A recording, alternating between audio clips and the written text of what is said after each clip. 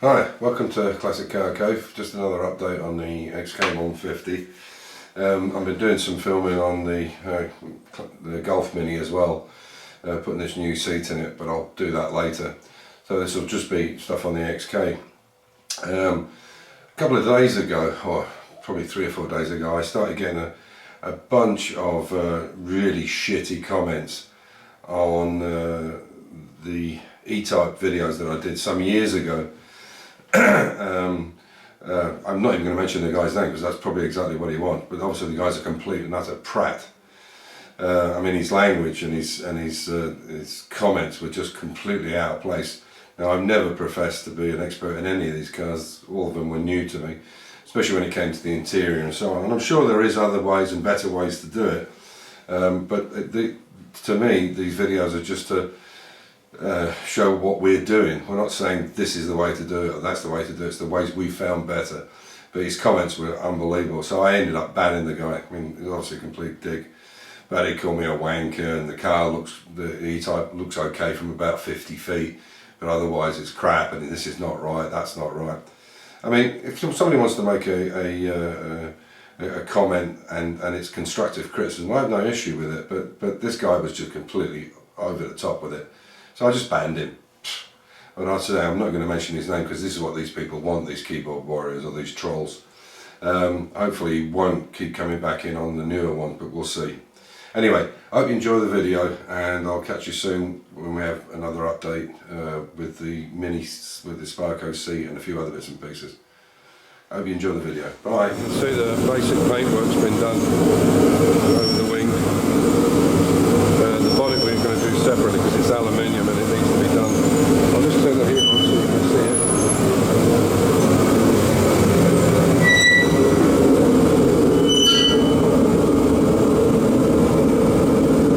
There we go. So it's just a nice cover, keep the rust, but you can see we won't take it off till tomorrow. But it's just been covered now. It's obviously going to be cut back to bare metal when it goes for paint. But it's really coming on. A little bit, we've got a little bit to do there, haven't we, on that one? Yeah. It's a little bit lower, a mil or so, so we can. So what we'll do is tomorrow we'll drag it round. As you can see, it's looking good. We'll drag it round tomorrow around this side. Start taking off the bits that we don't need. And as you can see, that bonnet's going to be completely taken back to bare aluminium, and then we'll paint it. It'll be painted separately. But we've got a little bit of work here. This one is slightly different from that one, so we'll get that sorted out. And yeah, so I'll turn the radio off before the YouTube police jump on it. And the next job we're up to is this. This is the original. They were all grey originally, these dashboards. No matter what, strangely enough, no matter what the interior colour was, they were always grey in the centre, unless they had the wood specially made for it. So I had this wood made up some time ago, and yeah, this is the chrome. So this is going to go to the chromers to get redone. There's a little bit of, yeah, you can see there's a bit of solder coming through, and I need to work on these two, which is the glove box. So those two bits of chrome have got to come off, and the handle, and the cubby box. And this piece here is actually slides out, but I've got these in wood as well, so I'll only be using the fascias. So I'm going to work on that and just see how it goes. These rings, I'm not sure if they're going to be reusable or not. It depends if those tabs break or not. But they'll all go to the chromer anyway. And this aluminium piece has to come out as well. So that's how it's going to look, instead of like that, which I think you'll see. You can see the difference in the colour as well with the age. But I think that looks far superior with the gauges in it. So we used the little tractor again to pull the XK around and pop it in. We had snow overnight, typical when you want to move the cars. It just decides to snow. Fucking Murphy's Law, isn't it? But the E-Type, I don't know, it just looks wrong in the snow somehow. I don't know. Or maybe not. But yeah. So I'm going to put the Mini on the ramp because I want to do that new seat from Sparco. Take the old one out and then put the E-Type underneath. So, sorry I couldn't film the car coming around, but it just takes such an effort to get it round. You got to pull it and move it. It's got no brakes, obviously. So yeah, it's a bit of a struggle. It's quite a heavy car too. So we got the car back in. But what I do now is these doors are perfect for the back. There is some issues on the front wings. This one's good, but the other side needs a little bit of work on it. So the idea is we were going to drill some pilot holes, but you need to go through the shims and then the door. So on the back of these, they've got pre-set up. They're kind of captive up to a point, slides, so they can slide up and down and left and right a little bit within a kind of groove. So what we're going to do now is he's going to tack weld them in place because we know that that's the right position for them to be in. With just a slight tack on them, and then they should go back in exactly the same place after they're painted. If we have any issues, what we'll do is break the tack. We'll just make it, a small tack, not massive penetration on it, but enough to keep it in place so that we can bolt it straight up to where it is. Now that's all right for the doors, but the boot and the bonnet are slightly different. So I'm going to go down and get some 3mm drills, and we'll drill some pilot holes so we can put the drills in when we line the things up. And then with the Mini, I'll take out that driver's seat and bring that new one that's at the back there, and we'll put that in. It's a completely different setup, so yeah, the seat's in there. But we'll crack on with this first. But the lines are looking nice on it. A lot of work on that bonnet. The alloy piece on it. This stuff that's coming out like this is like a nitro morse to try and get the paint on. This is my new Sparco seat, and it was sat in that box there for a couple of days, and the mice, the little bastards, decided to chew through the seat, as you can see there and there. This comes out, this Velcro, so what we're going to do, there's enough overlap there, we're going to cut that off and then re-glue it over the top. Hopefully that'll, and then we can just pull the cable together and re-put the spring on. Hopefully you won't see it very well. So little bastards, so we're having a war with them. I've bought some traps to snap their necks.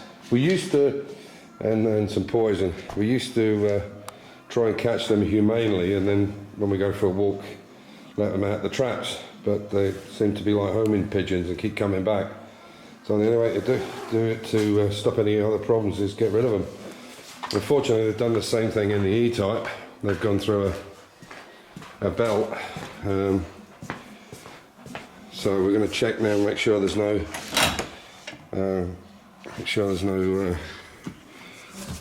nests inside. You can see, look, they chewed through the belt, little bastards. So they're dead. Well, they will be. Yeah, I'm afraid it's war on them. You can see there's been 2 holes drilled here. These are 3mm, and you can see these shafts are nice and tight. So when we go to line it up, same on the other side there, you can see 2 holes. Because obviously the pencil marks won't be there because we know it's perfect in that precision. We just take them out after we bolted it. And we can take the boot lid off and leave the hinges in place. And Amir's just working on the front now.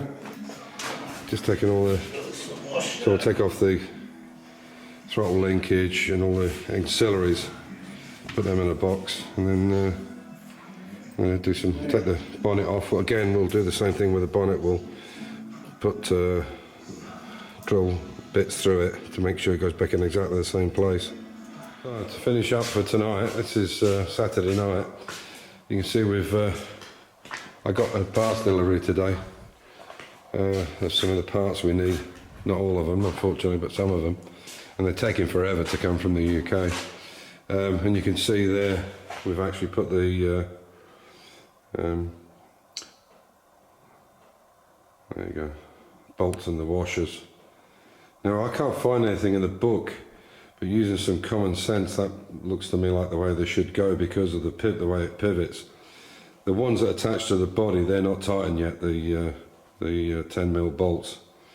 You can see here. So in fact, what we got today was this plate. I'm sorry, I'll bring it out. Excuse my bad filming as usual. There we go. So you can see we got this plate here today, which goes onto this bulkhead. Now that would make sense to me. I don't know, you know, I've never professed. I'm not an expert in these cars. I'm just a hobbyist that tries to build them and use some common sense. But sometimes common sense even doesn't play a part in it. But you try your best. So our thinking is this plate washer here is exactly the same diameter or same circumference as the round bit. So you can see it there on that one. And that would make sense because if you put the small piece into the center onto the buckle, this arm here could actually get damaged. It could rotate as you pull in the hood back.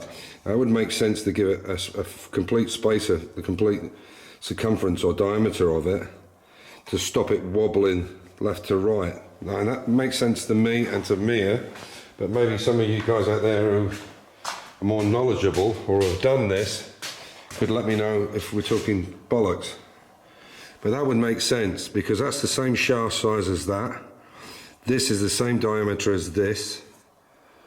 And then the bolt obviously goes through and it's rotating on that bolt. Does that make sense? If anybody knows better, I can't see it being the other way around, but maybe it is, I don't know. But that one there will not go through that hole. It's only the shaft of the bolt which has got a shank on it, if that makes sense. Anyway, so yes, so the bonnet was all set up nice. The bolts, the main bolts that go into the bonnet, these 12 bolts here, are not movable. So what we do now is we're now using the hinges and actually putting drill marks in the hinges, so we know, and that's how we'll put the bonnet back on anyway. And these were the expensive bits I was talking about before. These are these clips, and they're spring loaded. They're really not a lot to them for the amount of money they are. And I guess I could have made them in retrospect, but yeah, if I'd have had one, I probably could have made them cheaper. So I guess that's the way to go. But you know, by the time you make the little ball and screw it on, and well, that looks like, yeah, little hex head on there. But anyway, so they're the ones that have to go on now. So what we'll do now is we'll finish off all the bodywork. We've got to do some bits on the wings here. You can see there's a few gaps that are a little bit too tight, which we'll redo. Doors are fine. The wings look good. The painter will do all the profiling on it. This is just a shadow of this, I think we're looking at here. Yeah, but here we'll get the painter, the guy who's painting it, to do all these bits and get these right, and you know, there's bits here that need to be done. But I want the painter to finish that up, so we'll be kind of 85% there, and let him do the rest before he decides to paint it. It's going to be with him about 3 months, but we've still got a little bit of filler work to do here and there. It's by no means ready, but anyway, that's where we are. The bonnet, as you can see, as I said before, is aluminium, and they've got this nitromors on it, or this paint stripper, and you can see it's lifting it all up nicely. So by tomorrow we should have that completely cleaned up and back. Yeah, because they're made in 3 pieces, these bonnets, I think. There's a, that looks like there's a, yeah. So that's obviously going to have to be filled. You can't obviously do it with lead, it's aluminium, so I'm not sure. I'll have to take some advice on that one. Well, there we go. But it's coming on. Yeah. Oh. So much work to do, so far to go with this, but we're going in the right direction, that's the main thing. And at the moment, the mouse issue, I told you we bought all these mouse traps and things, so we've put them all over the place. There's a bit of poison, and there's a trap there, there's two inside that table, a couple over the back there. And at the moment, it's 4 4-0 to us. So last night we trapped 4. And a couple of the others probably are dead anyway because they've gone off and eaten the poison. So let's hope we can keep the little bastards out. The traps in, I put some traps into the E-type as well, but they've not been sprung. So we'll see how we go. Anyway, on that note, have a great weekend and catch up next week with some video on the track car. I'm putting that Sparco seat in there. So have a good one, guys. All the best. Bye bye.